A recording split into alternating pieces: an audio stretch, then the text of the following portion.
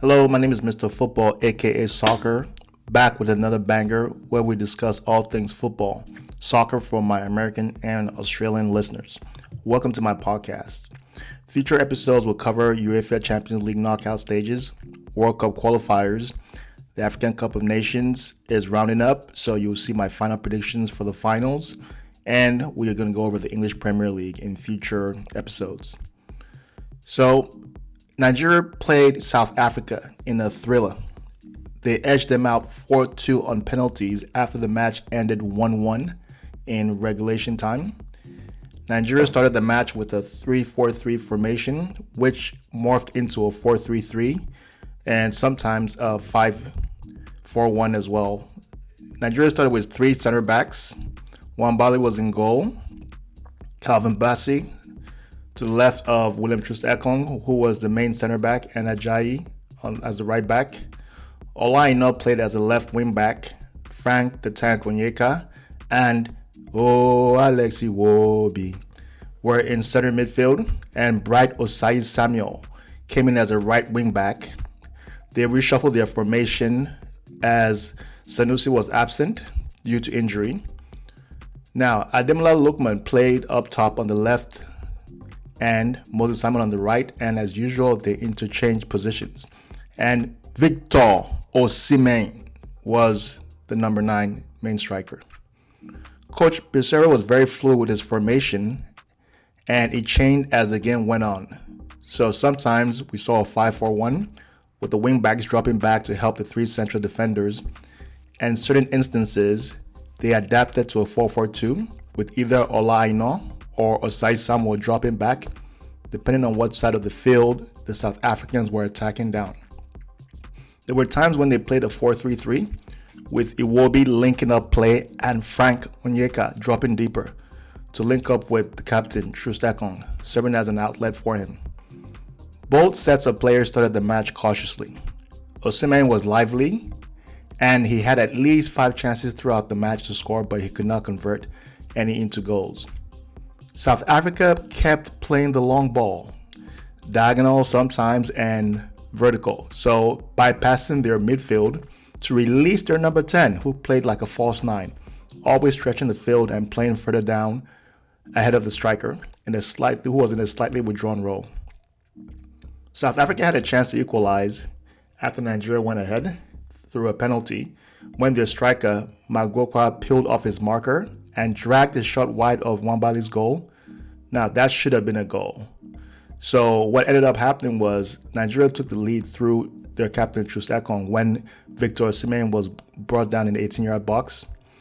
And Nigeria made a bunch of substitutions in anticipation of penalties, and it proved a master stroke. The players coming in were Joe Aribo for Frank Onyeka, Kelechi Iheanacho, aka Senior Man, for Ademola Lookman, Terry Murphy for Victor Osimhen, and effectively replacing the front three. The only players not to be substituted, excluding the goalkeeper for Nigeria, were Troost-Ekong, Ola Aina, and Calvin Bassey, retaining the spine of the 3 central defenders. Kenneth Omero also came in and replaced one of the Nigerian players. Now, Kekana received a red card for South Africa, and Nigeria played with 11 players versus 10 for South Africa, but could not take advantage of that in extra time to find a breakthrough goal. Both teams played their hearts out, and as I mentioned, South Africa had played penalty kicks in their previous match, but that advantage and experience did not materialize as their goalkeeper did not save a single Nigerian penalty. Now, in terms of the match and the flow, Nigeria made a double substitution, specifically with Samuel Chukwueze coming in for Moses Simon in the 63rd minute, as well as Alex Iwobi being replaced by Yusuf. Shortly after, Nigeria took the lead via the penalty when Osimhen danced his way into the 18-yard box and was fouled by the South African defender. William Troost-Ekong, captain reliable, stepped up and scored the ensuing penalty kick, placing the ball underneath William, the South African goalkeeper. After that goal, South Africa had a slew of substitutions in the 75th minute of the match. Now, Nigeria scored what looked like an insurance goal in the 86th minute with Lookman taking on players and running at full speed like a steam choo-choo train, and passing to Moses Simon, who beat his man and after doing the hard work, crossed for a simple tap-in for Victor Osimhen. So the players were celebrating, and the referee did a VAR review and ruled out the goal. Play was brought back to the Yusuf tackle prior to the goal on the South African player, and South Africa was awarded a penalty, and the player had his back to goal, and Yusuf made a clumsy challenge within the box. He had nowhere to go. He had his back to goal, so silly mistake by Yusuf. And he had to give the penalty. He gave one for Osimhen early on in the match, and it was a similar situation, and Mokoena stepped up to equalize. Both teams had chances to win the match. Nigeria had what looked like a penalty when Murphy, playing as a substitute for the first time in the tournament, bore in on goal and was tripped up right on the edge of the 18-yard box. The resultant free kick taken by Iheanacho was saved by William in goal for South Africa. Now, towards the end of regulation time, South Africa also had a chance to win the game. They had a free kick on the edge of Nigeria's 18-yard box. The shot was deflected off a Nigerian player and fell to their player Mokoena, who blazes over the bar with the goal at his mercy. Fortune favors the brave. Now we have penalties. Nigeria do not do it the easy way. They had people's blood pressure up. People were anxious on the edge of their seats. Terry Murphy steps up, left-footed strike, takes the first penalty. Goal, Nigeria. Mokoena missed for South Africa. Kenneth Omero steps up, and Mambela, they both scored their respective penalties to put Nigeria 2-1 ahead. Ola Aina and Magbopa both missed their penalties, with Aina blazing over the bar. He went for power instead of placement. William Troost-Ekong, the Nigerian captain, scored his penalty, and Mayela scored for South Africa.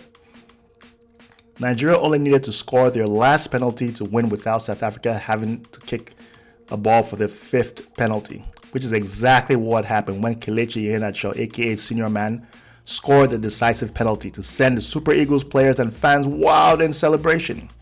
They will be partying all night long in Lagos, Abuja, and all over the country. Now, it's impressive to note that all three substitutes who took a penalty for Nigeria scored, along with Troost-Ekong, who started the match. Iheanacho, who had not played a single minute prior to coming on in the sixth match of their tournament. Murphy only had 10 minutes prior to this match, and ironically, a starter, Ola Aina, who played the whole match, missed his penalty. Now, anyone can miss. I need to remind you guys of that. That's why I'm not a big fan of penalties. I still call it a lottery. And that was heartwarming to see the way the players rallied around him after he missed his spot kick to keep his spirits up. Nigeria one match away from lifting the trophy against the hosts, Ivory Coast.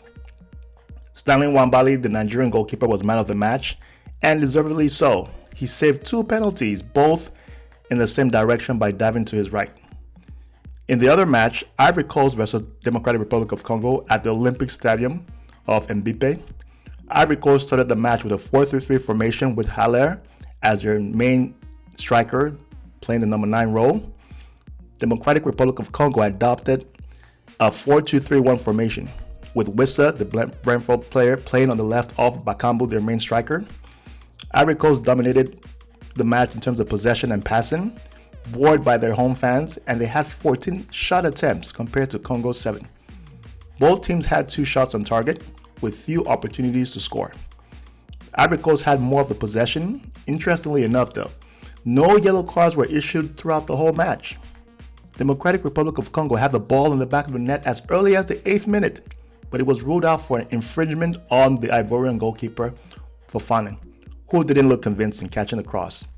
And he dropped it like a sack of hot potatoes and caught it on second attempt and had it knocked out of his hands by the Congolese player.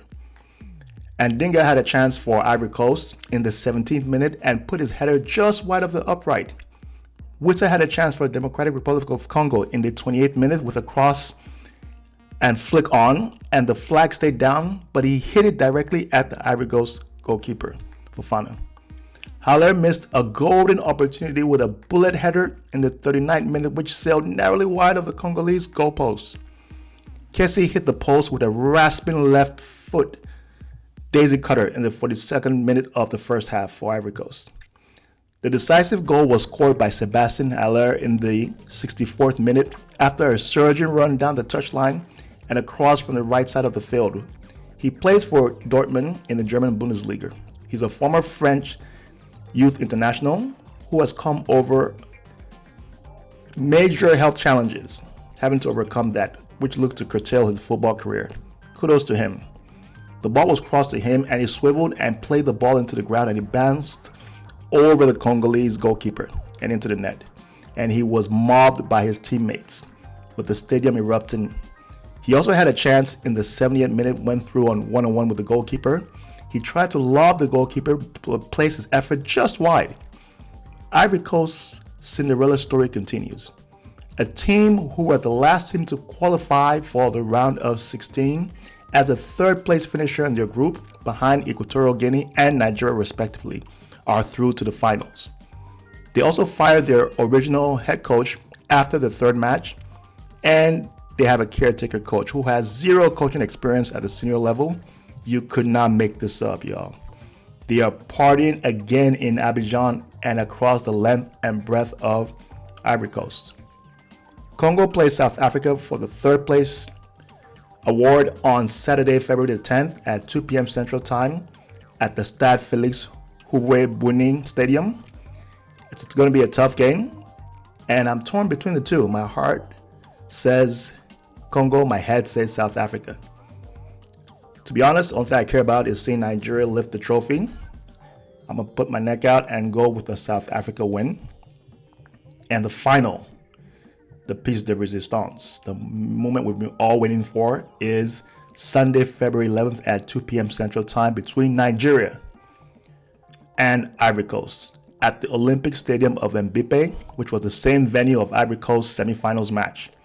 Nigeria will be going for their fourth African Nations Cup trophy after the last triumph in 2013. Ivory Coast has won it twice. I'm going with a Nigerian win, beating their host Ivory Coast in the finals. I would stick with the same 3-4-3 formation and the players who got through the match barring any injuries. With Stanley Nwabali in goal, Nigeria has every chance to win with the balance in the team. I like the team chemistry, the firepower in attack, midfield is solid, and defense is doing a yeoman's job. Also, they would have studied Ivory Coast and will be well prepared for the final. The home crowd can work against Ivory Coast as the pressure is on them. Thank you for listening. Mr. Football, aka Soccer, signing out. Like, comment, and subscribe on all social media platforms. Have a nice day.